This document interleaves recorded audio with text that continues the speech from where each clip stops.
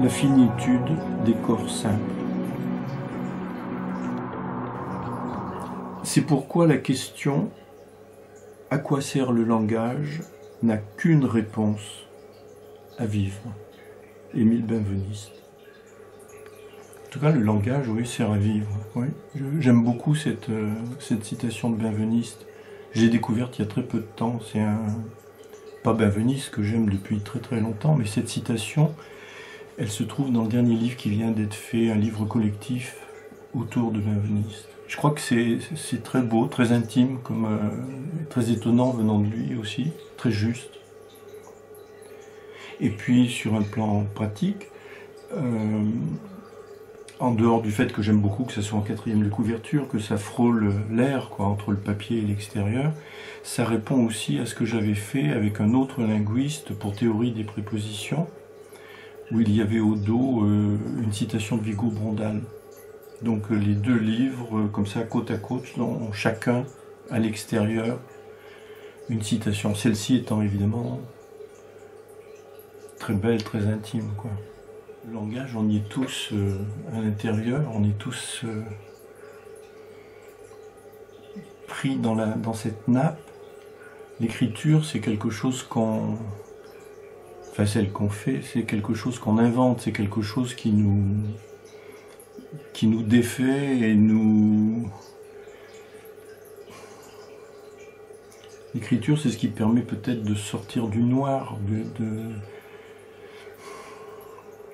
je sais pas comment il faudrait peut-être nous sortir du sommeil, je pense à ça, parce que j'ai l'impression que ce livre-là est très pris comme ça dans quelque chose du noir, du sommeil, du deuil, entre autres. Celui de la mer, par exemple. Et donc, l'écriture permet peut-être à certains moments, de changer de vocabulaire, d'inventer une autre forme un autre chemin, une autre méthode, littéralement un chemin qui va vers d'autres narrations.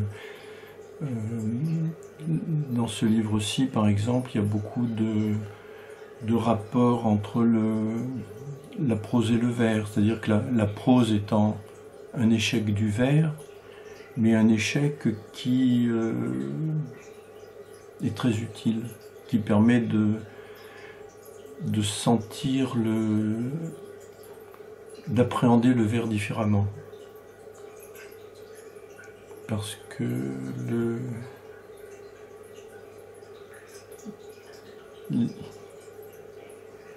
oui, il y a le surgissement d'un autre vocabulaire, principalement dans la prose, et qui est confronté au vers. Donc il y a un échec, mais cet échec produit quand même quelque chose, je crois, dans la narration. Le poème qui porte le titre là, de ce poème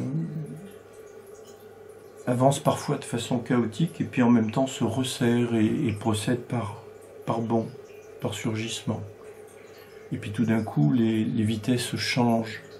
Et le rôle des vitesses d'écriture dépend beaucoup, je crois, justement, de cette confrontation, de ce glissement entre la prose et le vers. Mais je réponds peut-être pas à la question que vous vous posiez sur l'écriture langage, je sais pas. Pour moi, ça serait au singulier, hein. C'est un seul poème, le livre est un seul poème, même si chacune des séquences a évidemment son autonomie, mais chacune des séquences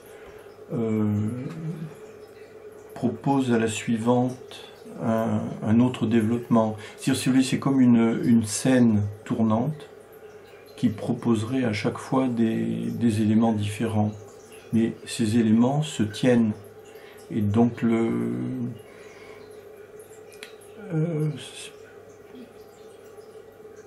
pour moi, ça en fait qu'un, même si chaque élément est en même temps autonome. Même si, en même temps, on pourrait dire que le poème dans son entier, est aussi un inachèvement, parce que c'est pas possible, c'est banal, mais c'est pas possible d'achever quoi que ce soit, mais il y a un moment où ça s'arrête quand même. quant à dire d'où cela vient, moi je dirais encore une fois quoi, du noir, du sommeil, de choses très banales que tout le monde connaît, la mort d'une mère par exemple. Et puis tout d'un coup, c'est confronté avec des...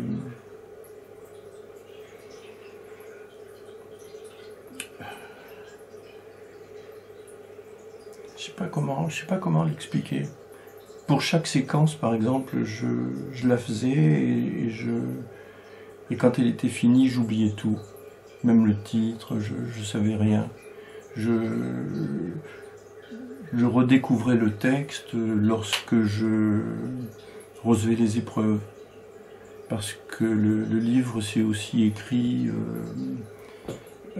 dans cette revue que dirige Jean-Dève Kochkonong. Et donc il y avait cette espèce d'appui de maintien qui permettait de passer d'une séquence à l'autre.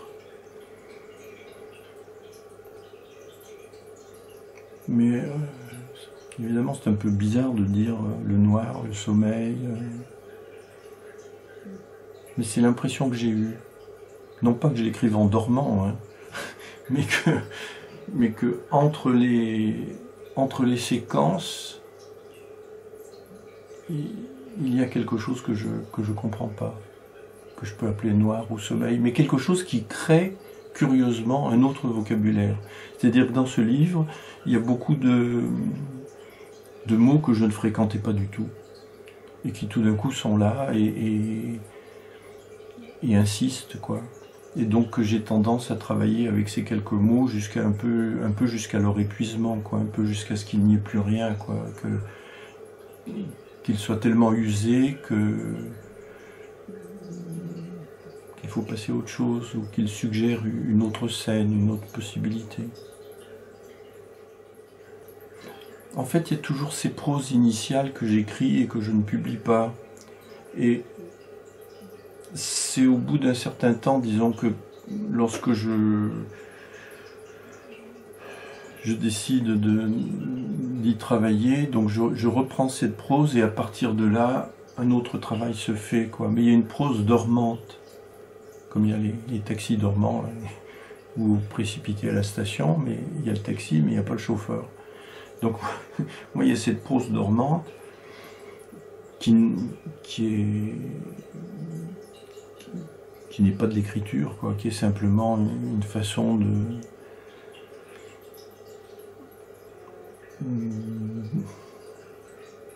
faire entrer du réel, de faire rentrer du temps. Et alors là, à partir de là, commence un travail qui est plutôt long, exaltant, épuisant, incertain, parce que ça s'effondre tout le temps, ça marche un peu par effondrement. Puis tout d'un coup, quelque chose se tient, et à partir de là, il y a une fiction, une narration qui tout d'un coup est là, on la sent, on sent quelque chose qui palpite, quoi, quelque chose qui est là. Il y a pour reprendre le titre de Cardia, c'est-à-dire il y a à la fois le cœur et l'estomac, quoi, qui sont à boucher, quoi, qui se tiennent tout d'un coup. Et à partir de là, on peut travailler, et puis dans ces blocs de prose, enfin que j'utilise, de temps en temps, il y en a qui ne peuvent pas devenir un vers, un poème, etc., mais qui en même temps incitent à rester dans le livre, enfin viennent dans le livre. Donc les séquences se construisent au fur et à mesure du temps, quoi. Enfin, le poème essaye toujours, au fond, d'insérer un temps, d'insérer un présent qui est le sien propre, qui est son présent. Et ça, c'est pas... Enfin, c'est pas facile à obtenir, mais c'est assez passionnant, quoi, d'être tout le temps en équilibre. En équilibre dans la séquence et en équilibre d'une séquence à l'autre aussi. Les mots, ce qui est surprenant, je crois, c'est dans cette espèce de sommeil ou de noir, de voir tout d'un coup des mots qu'on ne connaissait pas. Non pas qu'on ne les connaisse pas littéralement, mais qui n'entraient jamais dans un texte, dans un poème. Et ça surprend toujours, quoi. Alors, à l'exception du mot mort que j'ai pas l'habitude d'utiliser, mais qui là surgissait pour des raisons flagrantes, évidemment, qui est celle de la mer. Mais en même temps, des mots comme, je sais pas, chienne, je sais pas. Et pourtant, ces mots surgissent, mais moi, les mots ne m'intéressent pas. Hein. Ce qui m'intéresse, c'est la phrase ou c'est le vers. Donc je suis surpris. Et puis, je travaille avec assez peu de mots, donc je suis surpris quand... Enfin, je comprends bien qu'il y en a qui s'usent d'eux-mêmes, qui disparaissent, mais je suis surpris quand il y en a d'autres qui surgissent. Et là, il y en a beaucoup qui m'ont presque agressé, quoi, qui s'imposaient sans que je comprenne bien d'où ils venaient. Et puis, il y a des mots qui, eux, sont là un peu en permanence, quoi, qui à la fois stagnent et puis tout d'un coup se purifient, ressurgissent... Il demande une narration. Non, il y a une vision concrète mais imaginaire qui est Il m'est arrivé d'écrire des textes parce que je voyais le dessin du poème. C'est-à-dire que le poème n'est pas là, mais il y a un dessin sur la page que je vois et qui m'incite à écrire. Ou en lisant certains poètes, je me dis ça, visuellement c'est formidable, etc. Et là, donc il y a ça, il y a cet aspect visuel qui peut prendre une espèce de matérialité qui incite à l'écriture. On se représente donc physiquement la page. Parce que pour moi, évidemment, la page est importante. Enfin bon, la double page, la tourne et tout ça. Bon, on se représente la page. Mais voir, c'est très ambigu parce que par exemple là, quand je savais qu'on se verrait, j'étais très embarrassé parce que je viens d'avoir le livre et littéralement je ne l'ai pas lu et donc je pense que la vraie lecture elle viendra sans doute mais dans longtemps et ça m'a pris beaucoup de temps pour l'écrire et je crois que ça me prendra beaucoup de temps aussi pour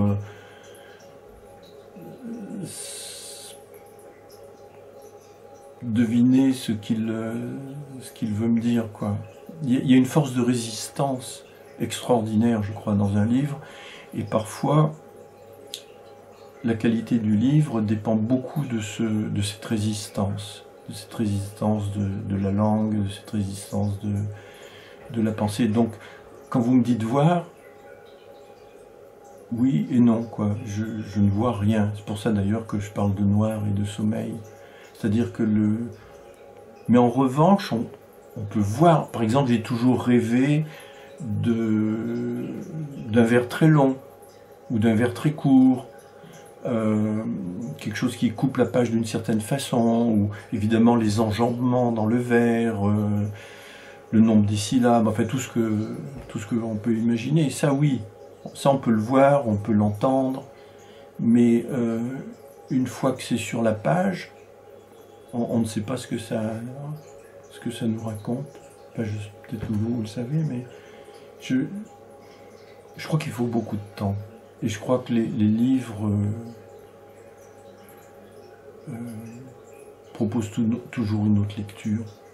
Le matin, l'après-midi, la nuit, on ne sait pas. Je crois que le poème intègre du temps. Et c'est curieux. Et c'est Et ça joue avec l'oubli. Récemment, je revoyais une phrase de Roger Giroux qui était assez belle. Il disait naître, c'est d'abord oublier. Et je pense que c'est la même chose pour le texte. C'est-à-dire que vous écrivez un texte et curieusement, son oubli arrive en même temps que son achèvement. Donc il y a tout un travail à refaire pour entendre vraiment cette narration, quoi. Parce que quand c'est à peu près pas trop loupé, il y a de la violence dans le texte. il y a du sexe, de la violence, de tout, quoi. Et c'est pas facile de mettre tout ça dans un même rectangle. Oui, j'en abuse hein, du mot corps, mais je l'aime beaucoup parce que c'est tellement indéfini. C'est-à-dire que le livre est entièrement sur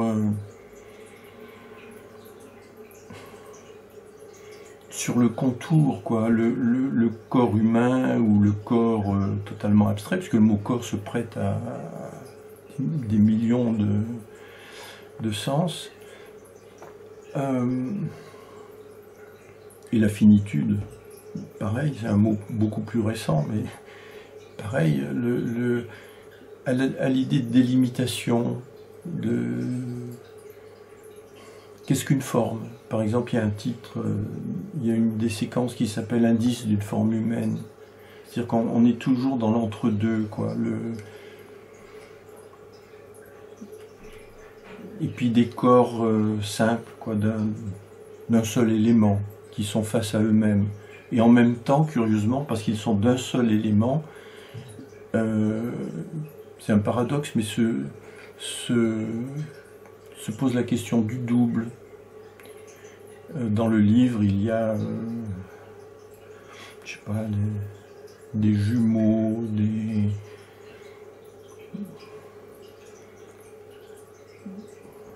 Enfin, c'est très vague ce que j'essaye de dire, j'ai mal à j'arrive pas à le cerner vraiment, mais ce problème permanent de la limite de la page, la limite de notre réel, la limite de...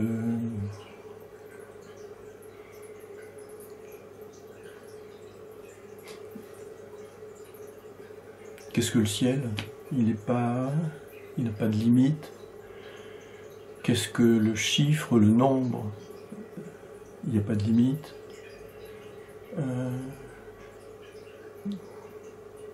C'est-à-dire qu'il y a des corps qui sont dans des étendues qu'on ne peut pas limiter. Mais dans l'écriture, on peut essayer de trouver où se situe une limite qui permet la narration. Mais peut-être que vous me faites dire n'importe quoi. Hein. Il y a beaucoup de choses bibliques. Il y a une tentative de... Il y a aussi l'apparition de Lazare, de la résurrection, vient dehors. C'est-à-dire qu'il y a cette rêverie autour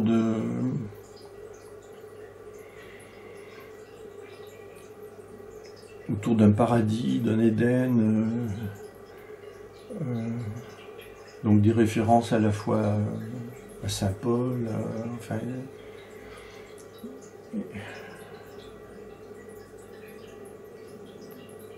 Mais tout ça ça fait une espèce de ligne, mais c'est en même temps très mélangé, quoi.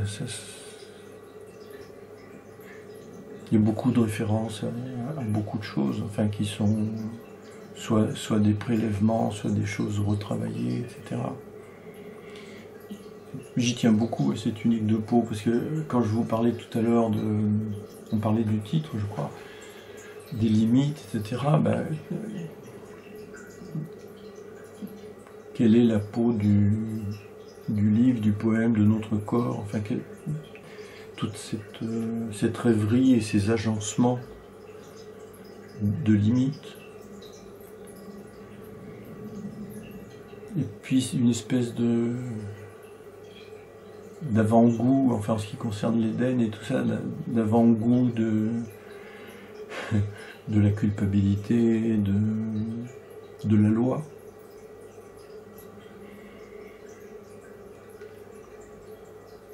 De la loi et donc du crime.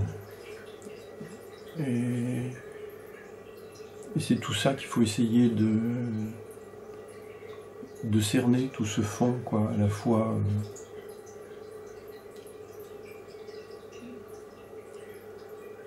une espèce d'arrachement au paradis, enfin, d'arrachement au crime aussi.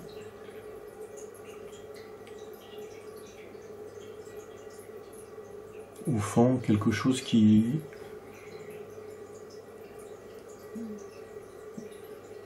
tenter toujours quelque chose qui limite, qui permet plutôt la respiration, quoi, qui nous permet de vivre, comme le dit Émile Benveniste, là, en 4e de couverture, quoi.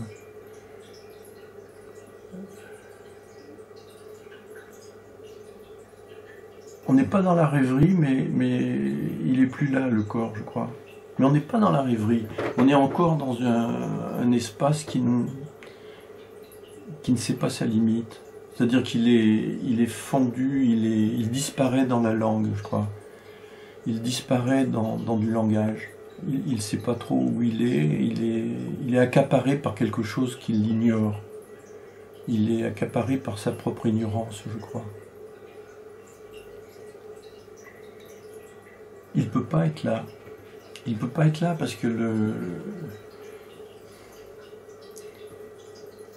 on ne sait pas s'il existe, si le texte existe, et on sait encore moins s'il a un auteur, je crois. C'est un corps dispersé, c'est un corps oui, démembré, quoi. Il y a peut-être des fragments de corps qui subsistent, mais c'est tout.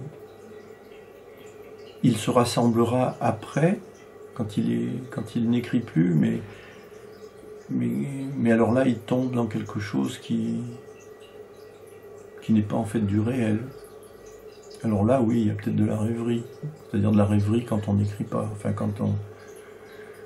quand on existe à moindre frais, je dirais. J'ai un besoin, une avidité de lecture. Enfin, je veux dire, les textes des autres sont nettement plus importants pour moi. Enfin, je veux dire, j'aime lire et j'ai besoin du texte des autres et on écrit en lisant. Enfin, c'est banal, mais bon. Mais non, j'arrête jamais de lire. Enfin, j'en ai un besoin, mais lire tout. Enfin. Puis des choses essentielles, puis de temps en temps on perd pied, par exemple, je sais que c'est Laurine Hedecker qui disait à Zhukovsky, quand je ne sais plus ce que c'est que la poésie, je te lis. Ça, je comprends ça tout à fait. Je sais que si je lis Anne-Marie Albiach, par exemple, mais je pourrais citer beaucoup d'autres noms, tout d'un coup, j'ai l'impression de savoir un peu plus ce que c'est qu'écrire. Non, c'est fondamental de lire tout le temps. Je pourrais citer plein de noms, enfin, de poètes de générations différentes, de poètes qui ne sont plus là. En ce moment, je lis le tout dernier livre là que Le Seuil vient de publier de Jacques Roubaud, par exemple, où je relis puis des livres que je relis tout le temps. Enfin,